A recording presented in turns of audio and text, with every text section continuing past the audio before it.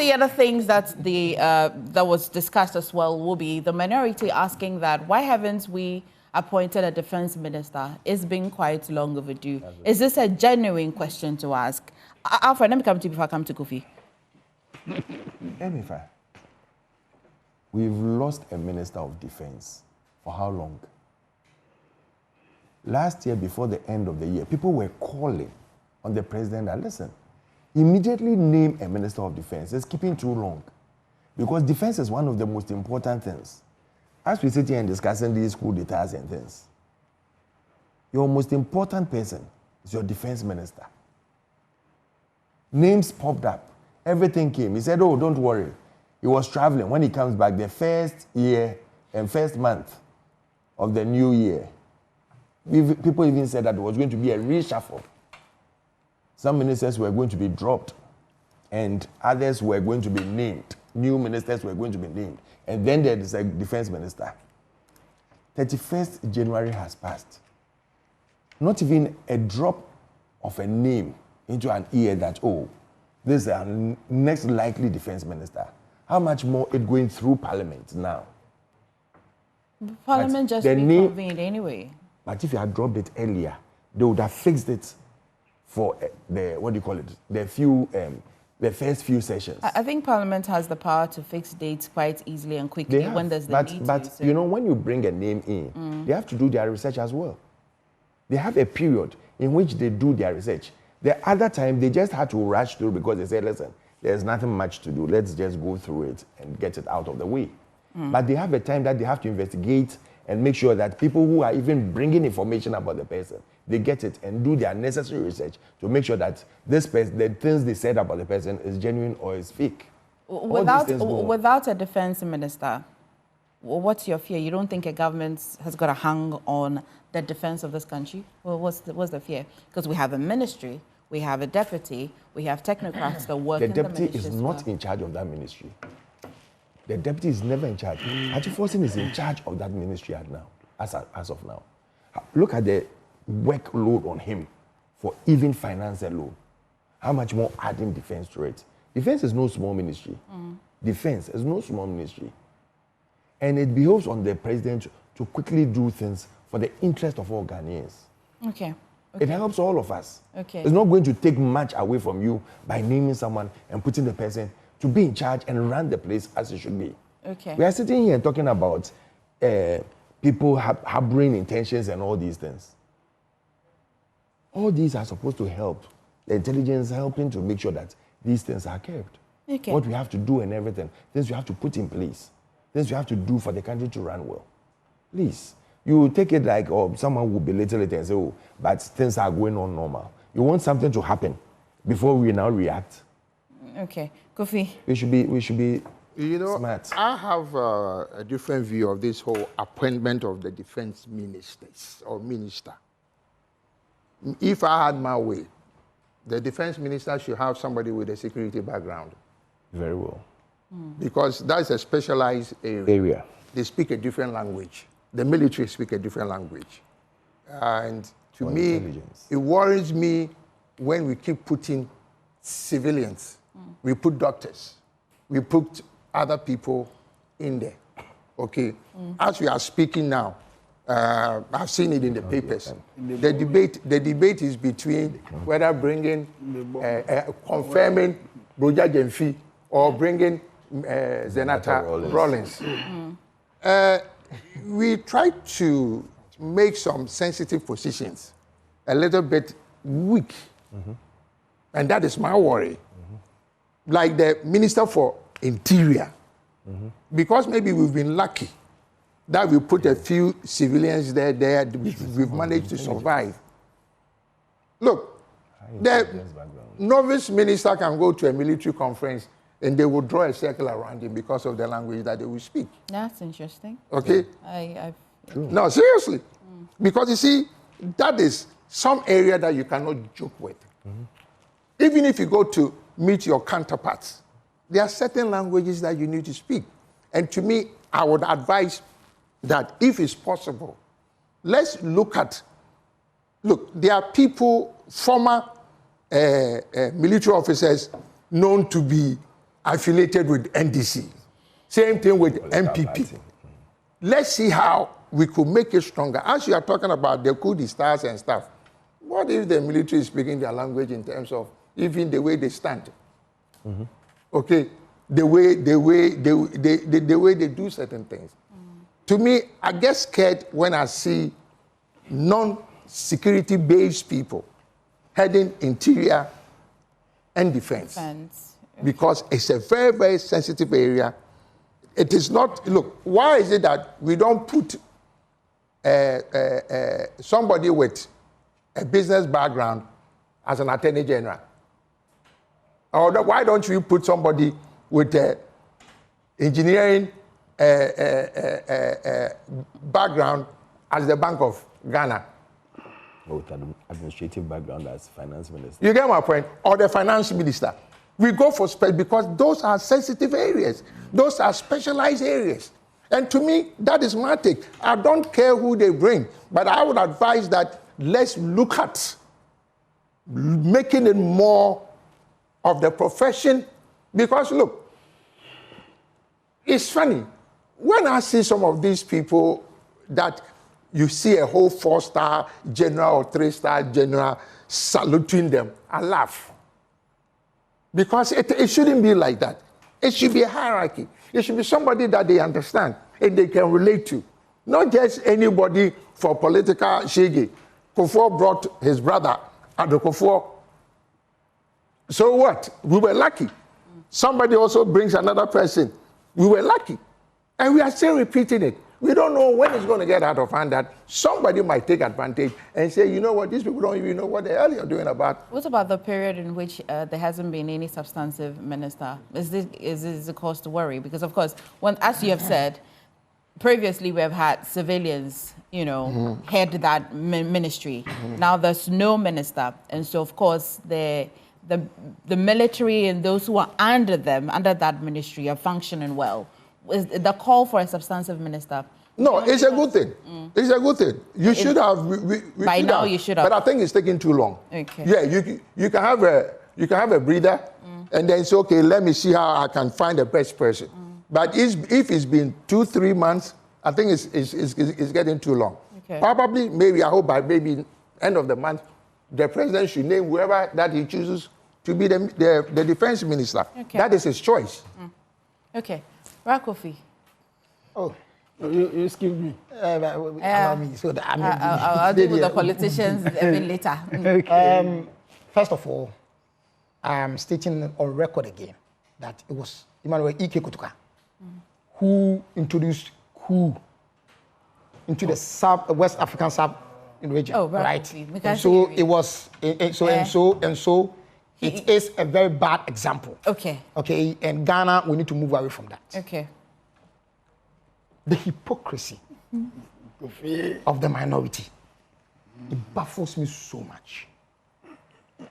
It baffles me. You see, at one breath, the minority, the Koma People's Party, okay, led by the Koma minority, were people who were saying that we should always be mindful about the size of government. Can you just address him? But I'm addressing. It's politics. I'm addressing it. Okay? So a person has had a title for years, and in a split second... No, the point is that titles are earned. Titles are earned, all right? Titles he hasn't acknowledged the title. Fine. So, okay, so... I'm at the point, yeah. What I'm saying is that the NPP and the minority are people who are always worried about sizes of government.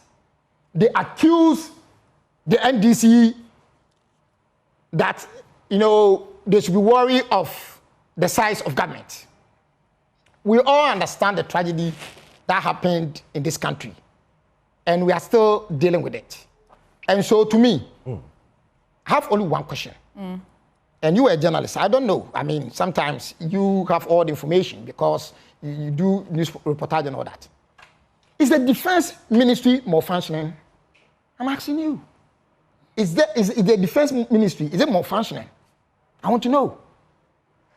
If it's not more functioning, then perhaps the caretaker minister is doing well. The caretaker minister also happens to be The finance minister.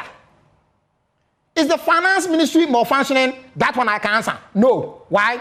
Because as the flag bearer elect of the MPP said, if the fundamentals are weak, the exchange rate exposes you. But you can't answer the same question for the defense ministry. No, but I'm saying that, wait. Because the defense ministry, I asked a question, I leave it to the public, all right? Is it malfunctioning? Are soldiers misbehaving? Are they on rampage and all those things? Okay? It's not happening. NIMOS is on guard, making sure that our water bodies are restored to its original state, and then the lands are restored and all those things. So there's order in the military camps. The soldiers are not agitating. All right. Now, I am asking that the caretaker minister who is being attacked here, I mean, who is being worked for? Okay, not the attack. Who's being worked for now? Mr. Thompson is crying more than the bereaved. Okay, he's crying for Atto-Forson because Atto-Forson is overworked. I'm saying that in his substantive ministry, which is the finance ministry, is the finance ministry malfunctioning? No. So what's our beef? Yes, the substantive minister, Omane Boama, might have passed to eternity. But the deputy minister, Broja Jamfi, is doing very well. And I'm sure that is the reason why the soldiers are still going about their normal businesses and they are still serving the state. Now let me come to my brother, senior brother Kofi Capito. I share the sentiment he shares, but I beg to differ. You see, first of all, let's understand that we are in a democratic state, all right? Soldiers don't speak the language we speak. He said it, and I agree. If you make a soldier a defense minister, a soldier who has gone through a certain training all his life, and he's serving civilians, crises have arisen, like it has, with the Galamsey issues and all those things. Do you think the soldier will operate in the way a civilian will operate? You need a civilian, okay? I need context to the question. Okay, so what I'm saying is that you have a democratic state like Ghana, led by civilian executives, government, all right, who have been given power by the people. And they want an institution like the defense ministry to safeguard our borders and then protect us from both internal and external aggressors. If we make military men defense ministers and deputy defense officers, okay, the approach to handle issues, okay, handle civilians might be different. And I have witnessed that. I lived the coup d'etat days, all right? And I don't even want to recount. Maybe I may cite tears.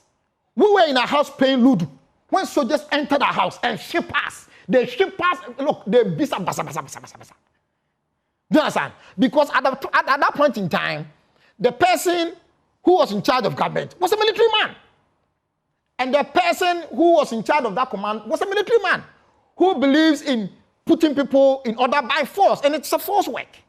So what I'm saying is that when it comes to putting people in charge of the defense and then interior, we should be careful what we wish for.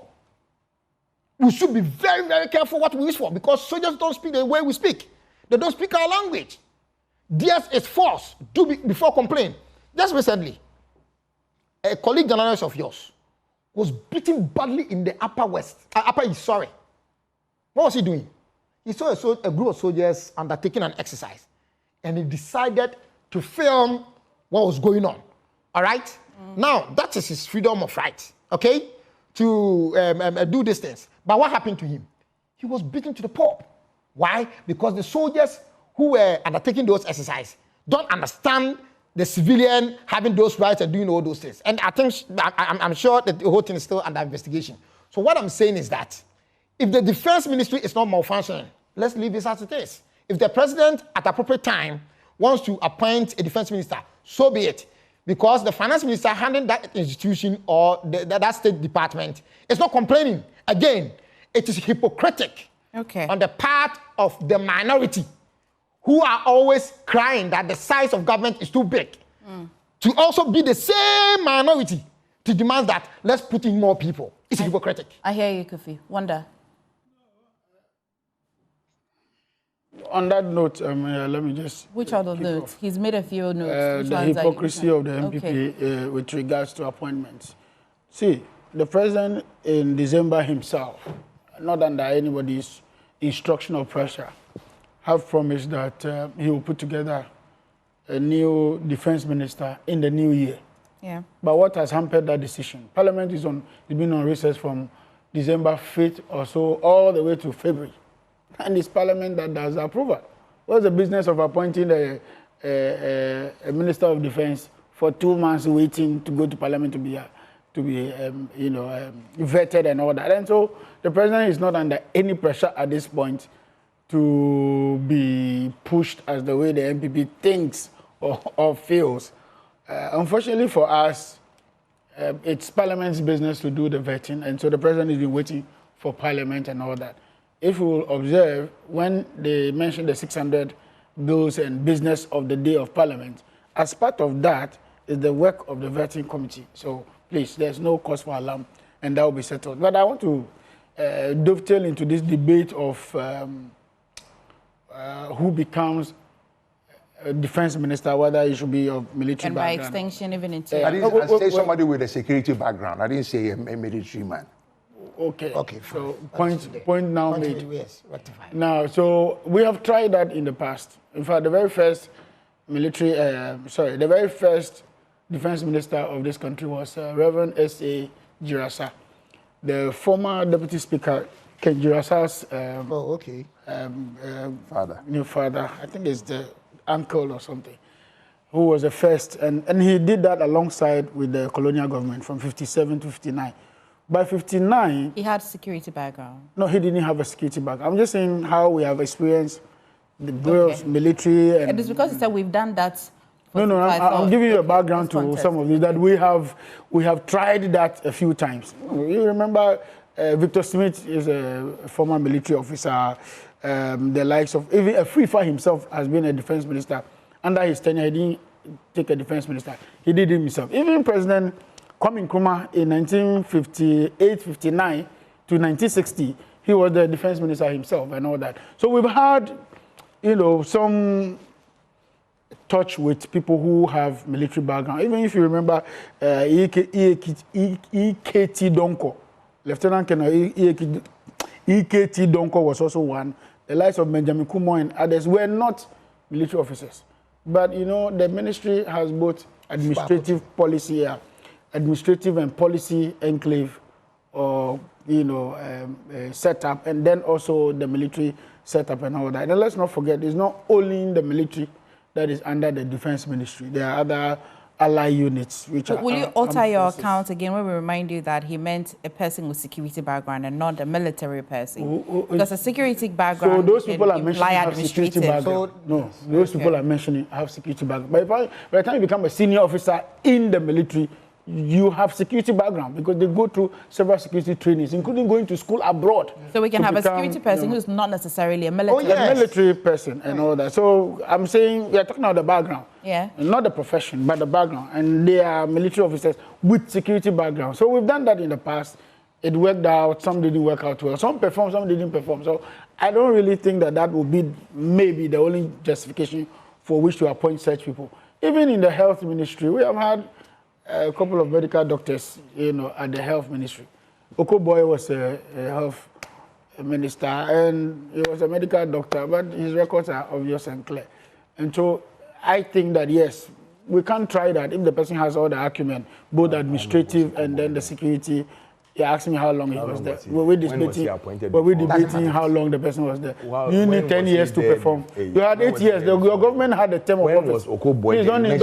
Please be civil with me. Don't do that. Be civil with me. Don't do that. When I was talking to you, Okoboy is my junior from Presec Legon. I am more attached to him than you are. So please don't even talk about this. So I'm saying that. He's my junior. So what? No, he's my junior. There's always a business. So he's other day. So I am more attached to him than what you are doing over here. You met him in your political stages. I didn't meet him. 26 years ago, I had met him. Where were you? So what? Please, don't talk so about if you meet someone, so please, I am saying that what you are discussing? the issue, the whole business about who goes to where is not only about the person's profession. And I'm not saying that that is what Kofi Capito said. I'm only broadening the discussion to include the fact that the person must also have some administrative and policy orientation, as well as the work itself. Of course, Attorney General, all they do there is matter of law. Even the setup itself, the attorney, the justice system, everything has to do a matter of law. Like even in the judiciary, you can't be a judge, at the higher levels without being a lawyer and all that. So, yes, I do agree that there's some element of training in the area you are going to will be necessary, but also administrative policy orientations must also be taken into consideration. And government will do that and appoint a defense minister. We want a defense minister. Why not? Any day we want people to be able to run our... But as we speak, there are no issues. The finance minister is doing very well. He has an able... A deputy in Boja Jemfi that is doing very well. And don't also forget, the military is not only managed by the defense ministry.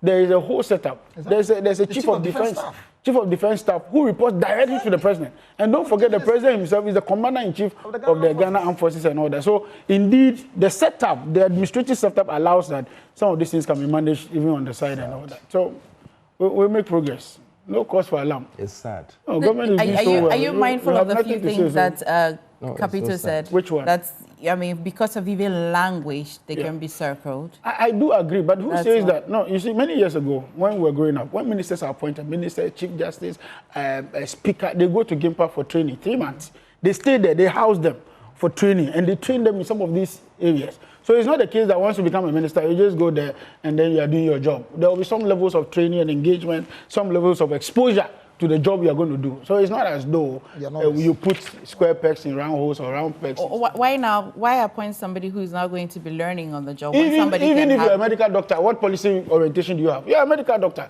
You still have to train in policy and implementation. Even me as a person here. Would it be easy for a medical doctor to understand it when those policies... No, you listen to what I'm saying. Me as a person, I'm a development analyst, okay? But if you put me today in Ministry of...